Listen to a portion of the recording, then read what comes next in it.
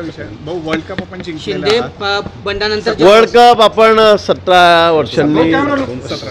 वर्षांनी आपण त्या ठिकाणी जिंकलेलो आहोत. मला वाटतं कालची मॅच ही अतिशय चित्तथरारक होती मला असं वाटतं, कारण मी फार कमी मॅच बघतो, पण कालची मॅच मी बघितली आणि ज्या पद्धतीने आपण अगदी त्यांच्या तोंडात गेलेला घास आपण हिरावून घेतला आणि म्हणून अतिशय सुंदर अशी मॅच झाली. कोणाचं किती कौतुक करावं, अभिनंदन करावं ते कळत नाही. तो कॅच बाउंड्रीवर जो षटकार मारला असताना सूर्याने घेतला, तो खरा अतिशय तो इतिहासात नोंद होईल असा कॅच त्यांनी त्या ठिकाणी घेतलेला आहे. आणि सगळेच खेळाडू अतिशय चांगले खेळले आणि अतिशय देशाला अभिमान वाटेल असा कालचा तो चित्तथरारक खेळ, अंगावर रोमांच आणणाराच होता मी असं म्हणेल.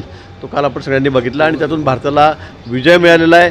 सर्व खेळाडूंचं मनापासून खूप खूप अभिनंदन. शिंदे फडणवीस सरकारला 2 वर्ष पूर्ण झालेली आहे. शिंदेंनी जे बंड केलं होतं त्याच्यानंतर भाजपच्या सोबत येऊन सरकार स्थापन झालं होतं. या घटनेला 2 वर्ष पूर्ण झाली आहे. अशी 2 वर्ष पूर्ण झाले. माननीय शिंदेसाहेब आता CM झाले होते 2 वर्षापूर्वी, देवेंद्रजी DCM झाले होते, नंतर दादाही झालेत. आपण बघितलं असेल 2 वर्षामध्ये किती चांगल्या योजना, किती चांगले निर्णय या सरकारने या ठिकाणी घेतलेले आहेत. आपण तर सगळ्याच बाबतीमध्ये, विशेष करून इन्फ्रास्ट्रक्चर जे आहे ते जर आपण बघितलं राज्यभरामध्ये, म्हणजे रस्ते असतील, पूल असतील, धरणांच्या बाबतीमध्ये असतील, अनेक गोष्टी, अनेक चांगले निर्णय, इंडस्ट्रीच्या बाबतीमध्ये असतील, मोठमोठे निर्णय आमच्या सरकारने या ठिकाणी केले आहेत. मोठा निधी, मग मोठं बजेट या ठिकाणी या 2 वर्षामध्ये आम्ही दिलेलं आहे. त्याचबरोबर केंद्र सरकार, मोदीजी पंतप्रधान असल्यामुळे त्यांनी मोठी मदत राज्याला या ठिकाणी केलेली आहे. म्हणून मला असं वाटतं की राज्याचा विकासाची घोडदौड ही अतिशय जोरात चाललेली आहे. पुढचेही 5 वर्ष या ठिकाणी आमचं सरकार येईल, पुन्हा डबल इंजिनचं सरकार येईल. वरती आमचं सरकार आहे केंद्रामध्ये, पुन्हा मोदीजी तिसऱ्यांदा पंतप्रधान झालेत आणि राज्यामध्ये सरकार आमचं येणारच आहे. त्यामुळे मला असं वाटतं की 5 वर्षामध्ये सगळे मागचे पुढचे सगळे प्रश्न या ठिकाणी आम्ही मिटू. ज्या घोषणा झालेल्या आहे त्याच्यामुळे 96,000 कोटींचा कर्जाचा डोंगर जो आहे महाराष्ट्र सरकारवर वाढणार आहे. मला वाटतं विकासाची कामं होत असतात त्यावेळेला कर्ज घ्यावंच लागतं.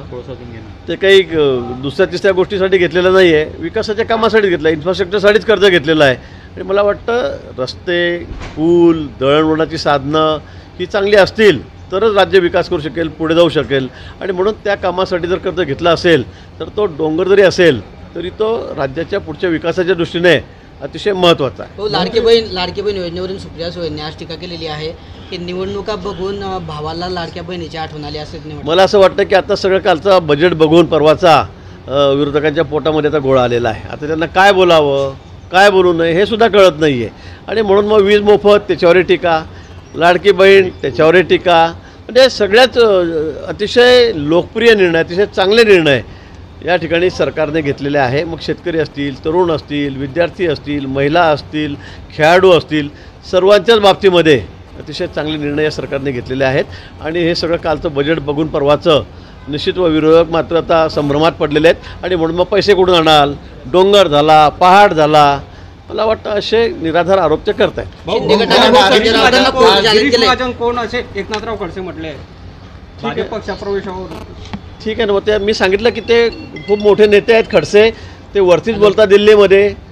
आम्ही कुठे काय म्हणतो आम्ही कोण आहे म्हणून. देवेंद्र फडणवीसांनी सुद्धा संमती दिलेली आहे म्हणे भाजप पक्षामध्ये. मग चांगलं आहे ना, मग उशीर कशाला करताय. मग आता काय काय मुहूर्त काढायचं आहे अजून.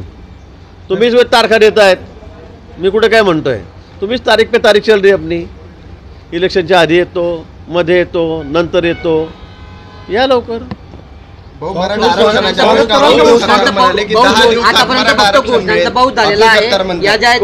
अब्दुल सत्तार नाही, मला माहिती नाही अब्दुल सत्तार कशाच्या आधारावर म्हणतायत, काय मला त्याची कल्पना भाऊ. सरकारने आतापर्यंत ज्या घोषणा केल्या त्या घोषणांचा पाऊस पडला, एकही घोषणा सरकारने पूर्ण केलेली नाही. त्या संदर्भात मी सरकारला अधिवेशनामध्ये आठवण करून देणार असं खडसेंनी म्हटलेलं आहे. ठीक आहे, त्यांनी अधिवेशनामध्ये बोलावं, बाहेर बोलू नये. एकीकडे पक्षात यायची घाई झाली आहे, मला संमती दिलेली आहे, एकीकडे पक्षावर टीकाही करायची. मला वाटतं असं दुटप्पी धोरण त्यांनी घेऊ नये. काय असेल ती सगळी भूमिका घ्यावी. एक शेवटचा प्रश्न आहे, मंत्री अनिल पाटील आपल्याकडे येतात का? माजी मंत्री सतीश अण्णा म्हणतात की भाजपमध्ये येतात अजित पवारांना. आता बघा, आता सतीश अण्णा, आता कोणी काही म्हणेल, आता मी त्याला काय उत्तर देऊ. आता अनिल अण्णा मंत्री आहेत, राष्ट्रवादी